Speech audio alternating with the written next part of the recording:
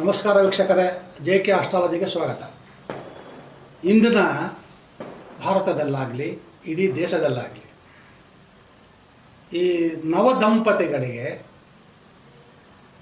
ಮದುವೆ ನಂತರ ಬಹಳ ವರ್ಷಗಳು ಮಕ್ಕಳೇ ಇರೋದಿಲ್ಲ. ಆ ಮಕ್ಕಳು ಗೊತ್ತೇ ಆಗಲ್ಲ, ಯಾಕೆ ಮಕ್ಕಳಿಲ್ಲ, ಮಕ್ಕಳು ಯಾಕೆ ಆಗ್ತಾ ಇಲ್ಲ, ಅದಕ್ಕೆ ಏನು ಕಾರಣ, ಅದು ಯಾವುದು ಗೊತ್ತಾಗಲ್ಲ. ಇರೋದು 27 ನಕ್ಷತ್ರಗಳು.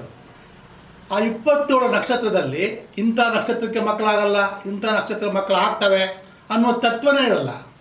ಆದರೂ ಆಶ್ಚರ್ಯಕರವಾದಂಥವ್ರಿಗೆ ಕೆಲವರು ಕೆಟ್ಟ ನಕ್ಷತ್ರ ಇದ್ದರೂ ಕೂಡ ಅದರಲ್ಲಿ ಮಕ್ಕಳಾಗ್ತವೆ. ಆ ಕೆಟ್ಟ ನಕ್ಷತ್ರ ಅಂದರೆ ಅದು ನಾವು ನಿಮಗೇನು ಹೇಳಬೇಕಾಗಿಲ್ಲ, ಅದು ಕೆಲವು ವಿಷಯಗಳು ಬರ್ತವೆ. ಆದರೆ ಇಲ್ಲಿ ಸಂತಾನ ದೋಷ ಅಂತ ಏರ್ಪಡುತ್ತೆ. ಯಾವ ದಂಪತಿಗಳಿಗೆ ಮಕ್ಕಳು ಆಗಲ್ವೋ ಅದು ಸಂತಾನ ದೋಷ.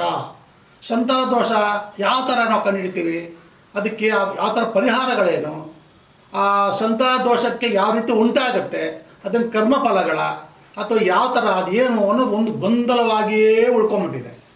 ಇವತ್ತಿನ ದಿವಸ ಸಂತಾನ ದೋಷವನ್ನು ಭೇದಿಸೋದಕ್ಕೆ ನಾನು ಬಂದಿದ್ದೀನಿ. ನಾನು ಜಯಕುಮಾರ್.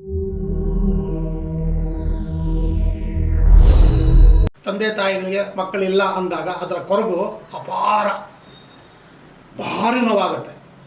ಮದುವೆ ಆಗುತ್ತೆ, ವರ್ಷ ಆಗುತ್ತೆ, 2 ವರ್ಷ ಆಗುತ್ತೆ, 3 ವರ್ಷ ಆಗುತ್ತೆ, 4 ವರ್ಷ ಆಗುತ್ತೆ, 5 ವರ್ಷ ಆಗುತ್ತೆ, ಕೆಲವರು 10 ವರ್ಷವೂ ಆಗ್ಬಿಡುತ್ತೆ.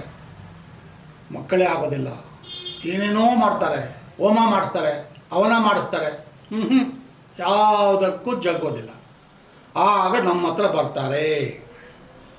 ನಾವೇನು ಮಾಡ್ತೀವಿ, ಹೆಣ್ಣಿನ ಜಾತಕವನ್ನು ಪರಿಶೀಲನೆ ಮಾಡ್ತೀವಿ. ಆ ಹೆಣ್ಣಿನ ಜಾತಕದಲ್ಲಿ ನೋಡ್ತೀವಿ, ಹೆಣ್ಣಿನ ಜಾತಕದಲ್ಲಿ ದೋಷ ಇದೆಯಾ, ಅದೇ ದೋಷನೇ ಇಲ್ಲ, ಮತ್ತು ಮಕ್ಕಳಾಗಬೇಕಲ್ಲ. ಆದರೆ ನೆಕ್ಸ್ಟು ಗಂಡಿನ ಜಾತಕವನ್ನು ನೋಡ್ತೀವಿ. ಗಂಡಿನ ಜಾತಕದಲ್ಲಿ ಮಕ್ಕಳಾಗುವ ದೋಷ ಇರುತ್ತೆ. ಅದು ಯಾವ ಥರ ಸಂತಾನ ದೋಷ ಅಂದರೆ ಏನು, ಯಾವ ಥರ ದೋಷವಾಗಿ ಮಾರ್ಪಟ್ಟಿದೆ ಅಂತ ಹೇಳಿದಾಗ, ಲಗ್ನದಿಂದ ಹುಟ್ಟಿದ ಜನ್ಮ ಜಾತಕದ ಲಗ್ನದಿಂದ ಪಂಚಮ ಸ್ಥಾನ ಅಂತ ಹೇಳಿದ್ರೆ ಅದು ಮಕ್ಕಳ ಸ್ಥಾನ. ಆ ಮಕ್ಕಳ ಸ್ಥಾನದಲ್ಲಿ ಪಾಪಗ್ರಹಗಳು ಇದ್ದರೆ, ಆ ಪಾಪಗ್ರಹಗಳು ಅಂತ ಜನಗಳಿಗೆ ಗೊತ್ತೇ ಆಗಲ್ಲ. ಪಾಪ ಅವರು ಏನೋ ಅಂದ್ಕೊಂಡ್ಬಿಟ್ಟಿರ್ತಾರೆ, ನಮಗೆ ಗೊತ್ತಾಗತ್ತೆ. ಆ ಪಾಪಗ್ರಹಗಳು ಯಾವುದು ಅಂತ ಹೇಳಿದಾಗ, ರಾಹುಗ್ರಹ, ಕೇತುಗ್ರಹ, ರಾಹುಗ್ರಹ ಮಂಗಳ ಗ್ರಹ, ರಾಹುಗ್ರಹ ಶನಿಗ್ರಹ ಅಥವಾ ರವಿಗ್ರಹ ಮಂಗಳ ಗ್ರಹ, ಈ ಥರ ಒಂದು ಪಾಪಗ್ರಹಗಳು ಅಲ್ಲಿ ಜತೆಗೂಡಿ ಇದ್ದಾಗ ಸಂತಾನ ದೋಷ ಏರ್ಪಟ್ಟು ಮಕ್ಕಳಾಗೋದನ್ನು ತಡೀತಾವೆ. ಆದರೆ ಒಂದು ವಿಷಯ, ಇಲ್ಲಿ ನಮ್ಮ ಹೆಣ್ಣಿನ ಜಾತಕದಲ್ಲಿ ಸಂತಾನ ದೋಷ ಇಲ್ವಲ್ಲ, ಹುಡುಗನ ಜಾತಕದಲ್ಲಿ ಮಾತ್ರ ಸಂತಾನ ದೋಷ ಇದೆಯಲ್ಲ, ಮತ್ತು ಮಕ್ಕಳು ಆಗಬೇಕಲ್ಲ ಅಂತ ಅಂದಾಗ ಆಗ್ತವೆ, ಆಗಬೇಕು, ಆಗ್ತವೆ. ಆದರೆ ಮಕ್ಕಳಾದ ಮೇಲೆ ಆ ಮಕ್ಕಳು ಬಲಿಷ್ಠವಾದ ಮಕ್ಕಳು ಹುಟ್ಟೋದಿಲ್ಲ. ಅವು ಕೆಲಸಕ್ಕೆ ಬಾರದ ಮಕ್ಕಳಾಗಿ ಹುಟ್ಟುಕೊಡ್ತಾವೆ. ಅದಕ್ಕೋಸ್ಕರವಾಗಿ ಮಕ್ಕಳು ಆಗಬೇಕು, ಆನಂದ ಕೊಡಬೇಕು, ಜಗತ್ತಿನಲ್ಲಿ ಪ್ರಸಿದ್ಧಿ ಆಗಬೇಕು, ಒಳ್ಳೆ ತಂದೆ ತಾಯಿ ಮಕ್ಕಳಾಗಿ ಹುಟ್ಟಬೇಕು, ಮತ್ತು ಆ ಮಕ್ಕಳು ಆನಂದಕರವಾಗಿ ಆರೋಗ್ಯಕರವಾಗಿ ಯಾವುದೇ ತೊಂದರೆ ಇಲ್ಲದಂಗೆ ಬಾಳಬೇಕು.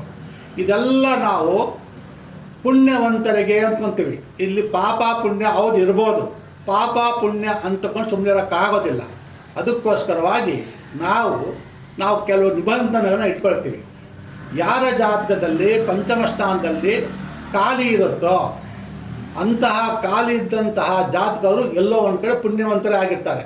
ಅಥವಾ ಪಂಚಮ ಸ್ಥಾನದಲ್ಲಿ ಗುರುಗ್ರಹ, ಪಂಚಮ ಸ್ಥಾನದಲ್ಲಿ ಚಂದ್ರಗ್ರಹ, ಪಂಚಮ ಸ್ಥಾನದಲ್ಲಿ ಶುಕ್ರಗ್ರಹ, ಇಂತಹ ಒಂದು ಸನ್ನಿವೇಶಗಳು ಜಾತಕದಲ್ಲಿ ಇದ್ದಾಗ ಅವರಲ್ಲಿರ್ತಕ್ಕಂಥ ಒಂದು ವ್ಯವಸ್ಥೆಗಳು ಮಕ್ಕಳಾಗಿ ಕನ್ವರ್ಟ್ ಆಗಿ ಮುತ್ತಿನಂಥ ಒಳ್ಳೆ ಗುಣವಂತ ಅಶ್ಲಾಸ ರೂಪವಂತ ಮಕ್ಕಳು ಹುಟ್ಟೋದಕ್ಕೆ ಎಲ್ಲ ರೀತಿಯಿಂದಲೂ ಅವಕಾಶ ಇರುತ್ತೆ.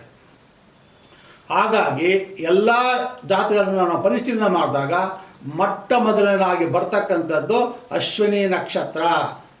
ಅಶ್ವಿನಿ ನಕ್ಷತ್ರದಲ್ಲಿ ಜನನವಾಗಿರ್ತಕ್ಕಂಥ ಗಂಡಸಾಗಲಿ ಅಥವಾ ಹೆಂಗಸಾಗಲಿ ಅವರ ಜಾತಕದಲ್ಲಿ ಆ ರಾಶಿಗೆ ಪಂಚಮ ಸ್ಥಾನ ಅಂದಾಗ ಅದು ಸಿಂಹ ರಾಶಿ ಬರುತ್ತೆ. ಆ ಪಂಚಮ ಸ್ಥಾನಕ್ಕೆ ಸಿಂಹರಾಶಿ ಅಂತ ಬಂದಾಗ ಅಲ್ಲಿರ್ತಕ್ಕಂಥ ರಾಶಿಯ ಅಧಿಪತಿ ಯಾರು? ರವಿಗ್ರಹ. ಆ ರವಿಗ್ರಹ ಅತ್ಯಂತ ಪರಾಕ್ರಮಶಾಲಿಯಾದ ಗ್ರಹ ಅದು. ಹಾಗಾಗಿ ಆ ರವಿಗ್ರಹ ಎಲ್ಲಿದ್ದಾನೆ, ಆ ಜಾತಕದಲ್ಲಿ ರವಿಗ್ರಹ ಎಲ್ಲಿದ್ದಾನೆ ಅದನ್ನು ನೋಡ್ಕೋತೀವಿ ನಾವು. ಒಳ್ಳೆ ರೀತಿಯ ಸ್ಥಾನದಲ್ಲಿದ್ದರೆ, ಅಂದರೆ ಪಂಚಮ ಸ್ಥಾನ ಪಂಚಮಾಧಿಪತಿಯಾದಂತಹ ರವಿ ಭಾಗ್ಯಸ್ಥಾನದಲ್ಲಿದ್ದರೆ, ಆ ಭಾಗ್ಯಸ್ಥಾನದಲ್ಲಿ ಭಾಗ್ಯವಂತ ಮಕ್ಕಳು ಜನನವಾಗ್ತಾರೆ. ಆಯಿತು. ನೆಕ್ಸ್ಟು ವೃಷಭ ರಾಶಿ. ವೃಷಭ ರಾಶಿಗೆ ಬಂದಾಗ ಅದು ರೋಹಿಣಿ ನಕ್ಷತ್ರ ಅಥವಾ ಮೃಗಶಿರ ನಕ್ಷತ್ರ ಅಥವಾ ಕೃತಿಕಾ ನಕ್ಷತ್ರ ಒಂದನೇ ಪಾದ ಅವರಿಗೆ ಮಕ್ಕಳು ಆಗಬೇಕಾದ್ರೆ ಅದು ಪಂಚಮ ಸ್ಥಾನವನ್ನು ನಾವು ಮತ್ತೆ ತಗೊಳ್ತೀವಿ. ಆ ಪಂಚಮ ಸ್ಥಾನ ತಗೊಳ್ಕೊಂಡಾಗ ಅದು ಕನ್ಯಾ ರಾಶಿ ಬರುತ್ತೆ. ಕನ್ಯಾ ರಾಶಿ ಅಧಿಪತಿಯಾದಂಥ ಯಾವುದದು? ಅದು ಬುಧ ಗ್ರಹ. ಆ ಬುಧ ಗ್ರಹವನ್ನು ನಾವು ನೋಡಿದಾಗ ಬುದ್ಧಿವಂತ ಮಕ್ಕಳು, ಬುದ್ಧಿಕಾರಕ ಮರ್ಕ್ಯುರಿ, ಎಲ್ಲರೂ ಪಳ ಪಳ ಪಳ ಪಳ ಪಳ ಅಂತ ಹೊಳಿತಕ್ಕಂಥ ಮಕ್ಕಳು, ಬುದ್ಧಿವಂತ ಮಕ್ಕಳು ಅಂಥವ್ರು ಕೂಡ ಹುಟ್ಟೋಕ್ಕೆ ಸಾಧ್ಯತೆ ಇರ್ತವೆ. ಆದರೆ ಪಂಚಮ ಸ್ಥಾನದಲ್ಲಿ ಪಾಪಗ್ರಹಗಳಿದ್ದಾಗ ಅತ್ಯಂತ ದುಃಖಕರವಾದಂಥ ಸನ್ನಿವೇಶ ಬರ್ತದೆ. ಏನೇ ಇರಲಿ, ಹೆಣ್ಣಿನ ಜಾತಕದಲ್ಲಾಗಲಿ ಅಥವಾ ಗಂಡಿನ ಜಾತಕದಲ್ಲಾಗಲಿ, ಯಾವುದೇ ಜಾತಕದಲ್ಲಿ ಪಾಪಗ್ರಹಗಳಿದ್ದಾಗ ನಮಗೆ ಗೊತ್ತಾಗಲ್ಲ. ಪಾಪಗ್ರಹಗಳು ಇದ್ದಾಗಲೂ ಗೊತ್ತಾಗಲ್ಲ, ಇದುವೂ ಗೊತ್ತಾಗಲ್ಲ. ನಮ್ಮಂಥವ್ರು ಮಾತ್ರ ಗೊತ್ತಾಗತ್ತೆ, ನಮ್ಮಂಥ ಎಷ್ಟು ಜನ ಬಂದಾಗ ಅವ್ರಿಗೆ ಗೊತ್ತಾಗತ್ತೆ. ಈ ಥರ ಇಂಥವ್ರಿಗೆಲ್ಲ ಏನಾದರೂ ಪರಿಹಾರ ಇದೆಯಾ? ಇದೆ. ಇವತ್ತಿನ ದಿವಸ ಆ ಪರಿಹಾರವನ್ನು ಈ ಮೂಲಕವಾಗಿ ಎಲ್ಲ ದಂಪತಿಗಳಿಗೂ, ಅಂದರೆ ಮಕ್ಕಳಿಲ್ಲದ ದಂಪತಿಗಳಿಗೆ ಈ ಮೂಲಕ ಪರಿಹಾರವನ್ನು ಕೊಡ್ತಾ ಇದ್ದೀನಿ. ಈ ಪರಿಹಾರವನ್ನು ದಯವಿಟ್ಟು ಬಹಳ ಬಹಳ ಸೂಕ್ಷ್ಮವಾಗಿ ಗಮನಿಸಬೇಕು. ಏನದು ಪರಿಹಾರ? ಅತ್ಯಂತ ಸುಲಭ. ಪುಷ್ಯ ನಕ್ಷತ್ರ. ಪುಷ್ಯ ನಕ್ಷತ್ರ ಗುರುವಾರ ಬಂದಾಗ ಗುರುಪುಷ್ಯ ಯೋಗ ಉಂಟಾಗತ್ತೆ.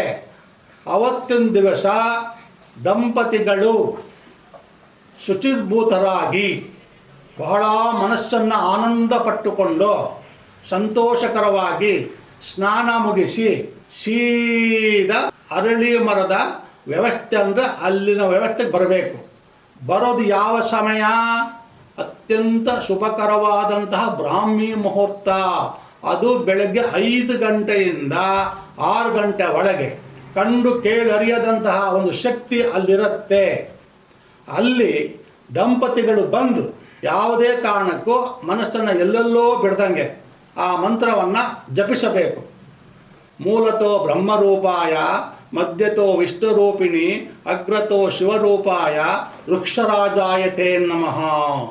ಈ ಥರ ಮಂತ್ರವನ್ನು ಹೇಳ್ಕೊಂಡು, ಅಂದರೆ 101 ಸಲ ಈ ಮಂತ್ರವನ್ನು ಹೇಳ್ಬೇಕು ಅಷ್ಟೇ. ಅದು ದೊಡ್ಡ ಕಷ್ಟವೇ ಆಗಲ್ಲ. 101 ಸಲ ಈ ಮಂತ್ರವನ್ನು ಹೇಳಬೇಕಾದ್ರೆ ನಾವು ಮರ್ತೋಗ್ತೀವಿ. ಅದಕ್ಕೋಸ್ಕರ ಏನು ಮಾಡಬೇಕು? ಯಾವುದಾದ್ರೂ ಒಂದು ಈ ಥರ ಒಂದು ರುದ್ರಾಕ್ಷಿ ಮಾಲೆಯನ್ನು ಇಟ್ಕೋಬೇಕು. ಅದರಲ್ಲಿ ನಾವು ಒಂದನ್ನು ಇಟ್ಟುಕೊಂಡು ಮೂಲತೋ ಬ್ರಹ್ಮರೂಪಾಯ ಮಧ್ಯತೋ ವಿಷ್ಣುರೂಪಿಣಿ ಅಗ್ರತೋ ಶಿವರೂಪಾಯ ವೃಕ್ಷರಾಜಾಯತೆ ನಮಃ ಅಂತ ಒಂದನ್ನು ಕೆಳಕ್ಕೆ ನೋಕಿ ಮತ್ತೆ ಇನ್ನೊಂದು ಮಾಡಬೇಕು. ಈ ಥರ ಮಾಡ್ತಾ ಮಾಡ್ತಾ ಹೇಳ್ತಾ ಆ ಒಂದು ದಿವಸದ ಒಂದು ವ್ಯವಸ್ಥೆಯಲ್ಲಿ ಅಮೃತ ಗಳಿಗೆಯಲ್ಲಿ ನಿಮ್ಮ ಜೀವನ ಬ್ರಾಹ್ಮಿ ಮುಹೂರ್ತವಾಗಿ ಕನ್ವರ್ಟ್ ಆಗಿ ಮಕ್ಕಳಾಗೋದಕ್ಕೆ ಬಹಳ ಬಹಳ ಅದ್ಭುತವಾದಂಥ ಯೋಗ ಉಂಟಾಗತ್ತೆ. ಆನಂತರ ಸೀದಾ ಮನೆಗೆ ಬರಬೇಕು. ಸೀದಾ ಮನೆಗೆ ಬರುವಾಗ ಯಾರ ಜೊತೆಗೂ ಮಾತಾಡಂಗೆ ಈ ಥರ 41 ದಿವಸ ನೀವು ಮಾಡಿದರೆ ಅತ್ಯಂತ ಸುಭದ್ರವಾದಂಥ, ಆನಂದಕರವಾದಂಥ, ಬುದ್ಧಿಯಿಂದ ಕೂಡಿರತಕ್ಕಂಥ, ಸುಂದರದಿಂದ ಕೂಡಿರತಕ್ಕಂಥ ಸಂತಾನ ಪ್ರಾಪ್ತಿಯಾಗೋದಲ್ಲಿ ಯಾವುದೇ ಸಂದೇಹವಿಲ್ಲ. ಈ ರೀತಿ ನೀವು ಮಾಡಿಬಿಟ್ರೆ ನಿಮ್ಮ ಜೀವನಕ್ಕೆ ಒಂದು ಅರ್ಥವನ್ನು ಕೊಟ್ಬಿಡುತ್ತೆ.